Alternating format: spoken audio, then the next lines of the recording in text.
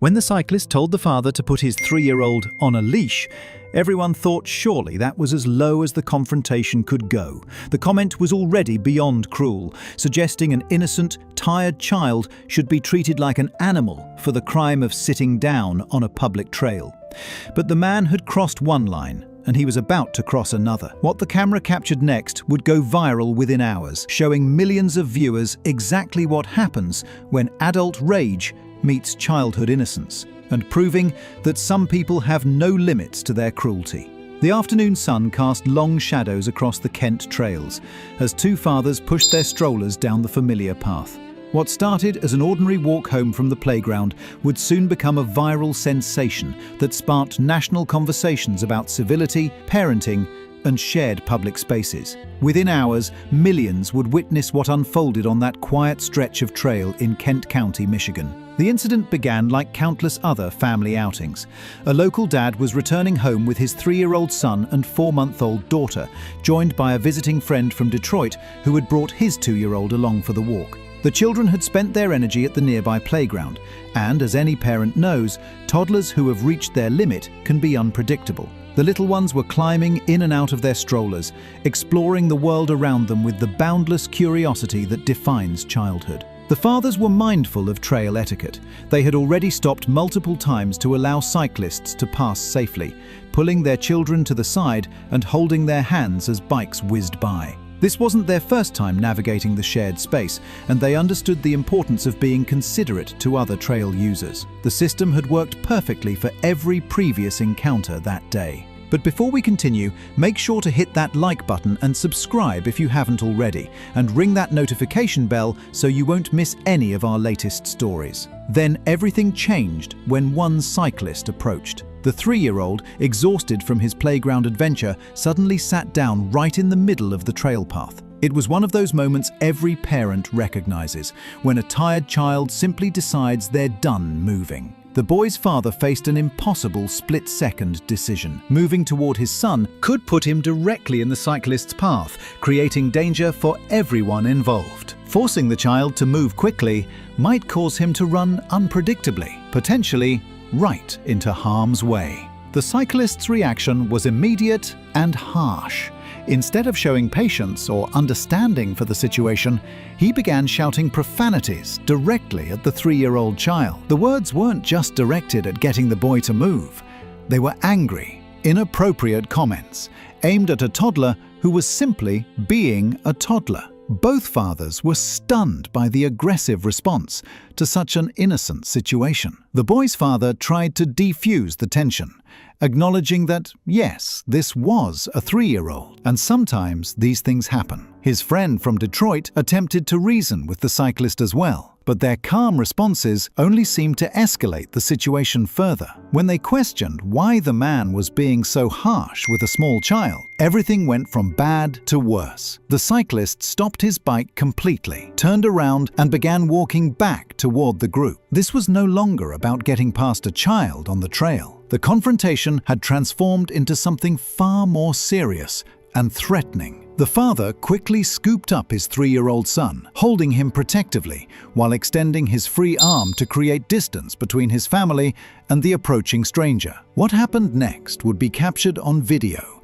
and viewed by millions. But the most disturbing part of the encounter occurred before any camera started rolling. According to both fathers, the cyclist knocked away the protective arm and then struck the man directly in the face while he was holding his young son. The blow was hard enough to bounce the father's head into his child's head, immediately causing the 3-year-old to burst into tears. The little boy, who moments before had been tired but content, was now terrified and confused. He had just witnessed his father being attacked by a complete stranger for no reason he could understand. The psychological impact on the child would become one of the most heartbreaking aspects of the entire incident. It was at this point that the visiting friend from Detroit made a crucial decision. Fearing the situation might escalate even further, he pulled out his phone and began recording. His hope was simple. If the aggressive cyclist saw he was being filmed,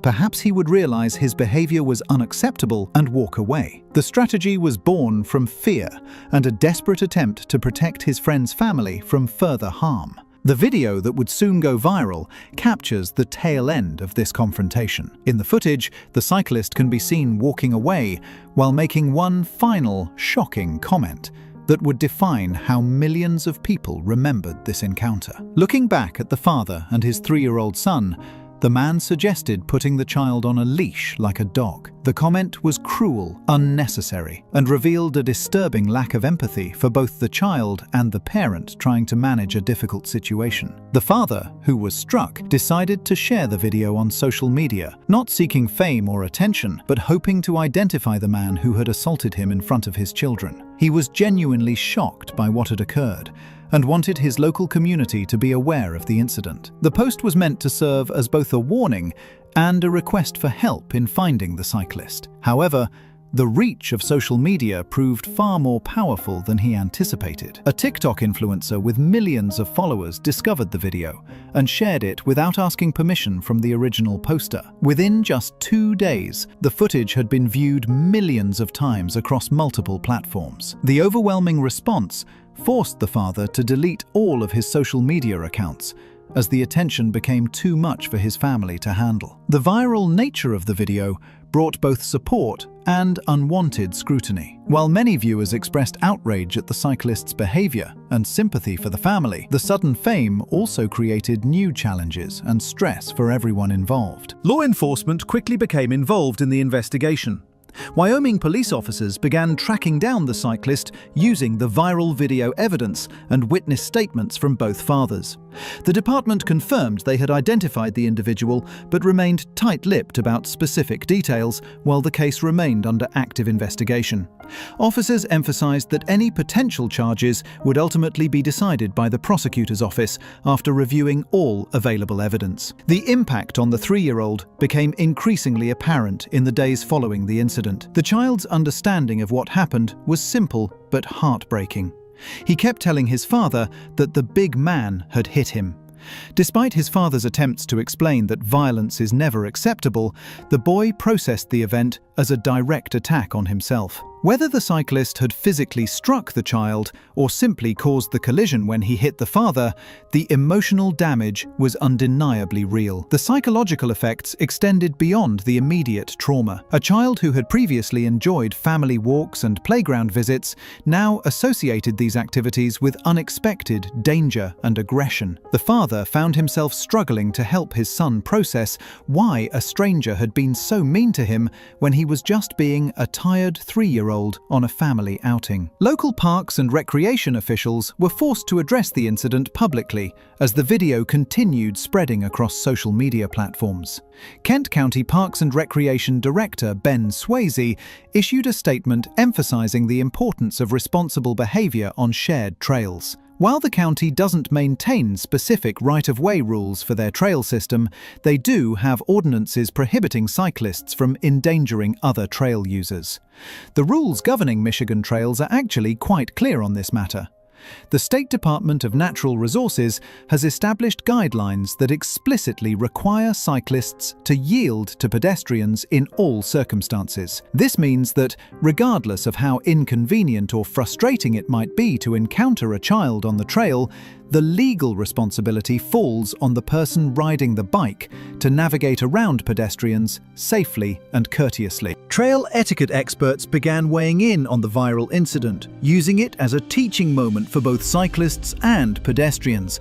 They emphasized that shared recreational spaces require patience, understanding, and mutual respect from all users. Children in particular cannot be expected to behave with the same predictability as adults, and experienced trail users should anticipate and prepare for unpredictable situations involving young families. The broader conversation sparked by the video revealed deep divisions in how different groups view public space usage. Some cyclists argued that pedestrians, especially those with children, should be more aware of their surroundings and keep better control of their kids. Parents countered that children naturally behave like children, and adults should show basic human decency when encountering families in public spaces. Social media comments ranged from supportive to critical, with many viewers sharing their own experiences of similar confrontations on trails, bike paths, and sidewalks across the country. The incident had clearly struck a nerve, tapping into broader frustrations about civility,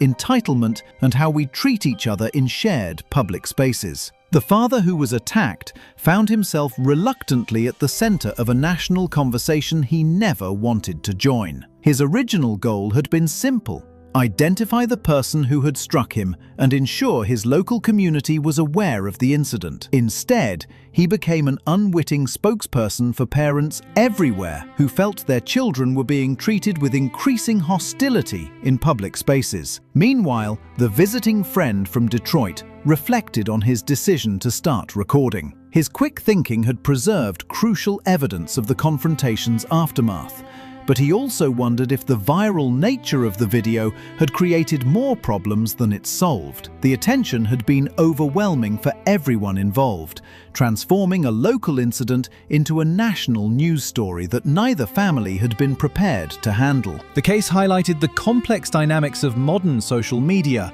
where a single moment captured on video can instantly reach millions of viewers and spark conversations far beyond the original context. What began as a documentation tool for potential legal proceedings had become a cultural phenomenon that neither the fathers nor the influencer who shared it could have anticipated or controlled. As the investigation continued, both families tried to return to their normal routines while processing the lasting effects of those few minutes on the Kent Trail that had changed everything. This story serves as a stark reminder that our actions in public spaces ripple far beyond the moment they occur. What started as a simple family walk became a viral phenomenon that exposed deep fractures in how we treat each other when sharing common spaces. The father's request was modest, wanting only to identify someone who had struck him in front of his children. Instead, millions of strangers became witnesses to a breakdown in basic human decency. The 3-year-old's innocent words, "The big man hit me," echo long after the video stops playing. His confusion reminds us that children absorb everything, processing adult conflicts through their own understanding of right and wrong. The lasting impact on this family extends far beyond any legal proceedings or social media attention. Perhaps the most powerful message comes from the friend who recorded the incident. "Let's just be decent to one another and have common courtesy," he said. "It's not always easy to keep your kids exactly where you want them." His words capture something essential about shared humanity that seems increasingly rare in our polarized world. As this case moves through the legal system, the broader questions it raises remain unanswered. How do we navigate public spaces with patience and kindness? When did a tired toddler sitting on a trail become grounds for aggression rather than understanding? The Kent Trails incident won't be the last of its kind, but it offers us a choice about what kind of community we want to build together.